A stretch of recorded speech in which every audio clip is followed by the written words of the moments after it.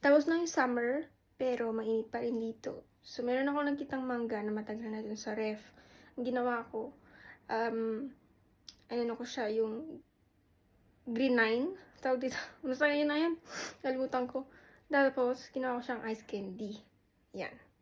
Ang ginamit ko dito, mangga lang, tsaka yung hinog na mangga, tsaka gatas. Pero yung gatas na fresh milk, wala kasi kaming wala kaming evap milk.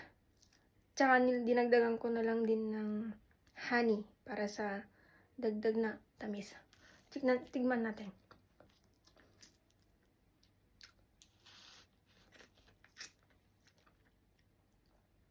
Shems, ang sarap. Lasang lasa yung mangga. Matamis naman na yung mangga, so para sa akin okay na to kasi hindi ako nagmamatamis masyado. Okay na siya. Ang sarap. Magdadala ako sa camping. Sa Sabado. Yun lang. Bye!